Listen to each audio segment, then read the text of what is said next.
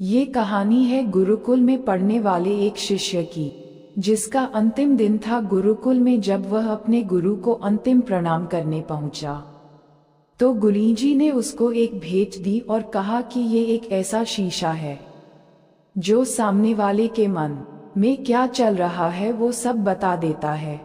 शिष्य ये देखकर बड़ा प्रसन्न हुआ और उसे लगा कि सबसे पहले गुरुजी को ही देख लेते हैं कि गुरुजी कैसे है।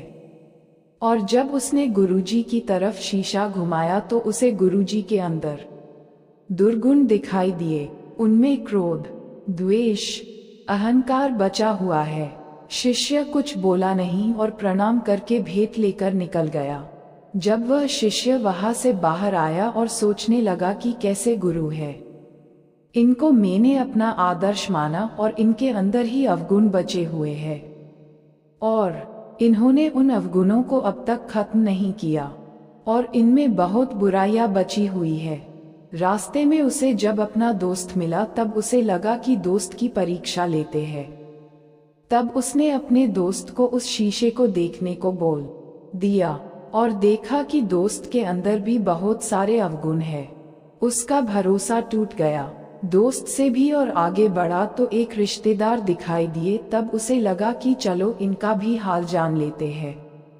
उनको भी शीशा दिखाया और तभी शिष्य ने उनके मन के भाव पढ़ लिए कि रिश्तेदार में भी कमियां है। अब उस शिष्य का भरोसा धीरे धीरे संसार से उठने लगा और कहने लगा कि गुरुजी, दोस्त और रिश्तेदार सब में कमियां है। अब वह शिष्य अपनी घर की तरफ आ चुका था और जब घर की तरफ बढ़ने लगा तब सोचने लगा कि माँ और पिताजी में कोई दुर्गुण नहीं होंगे और वो निर्मल होंगे। मेरे पिताजी तो बड़े प्रतिष्ठित है और समाज में बड़ी प्रतिष्ठा है उनकी, और सब माँ को देवतुल्य मानते हैं।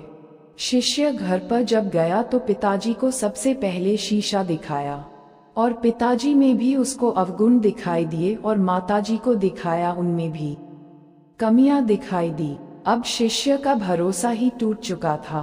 अब उसे लगा कि वापस गुरुकुल जाते हैं और जल्दी से ये शीशा गुरुजी को वापस सौंप देते हैं।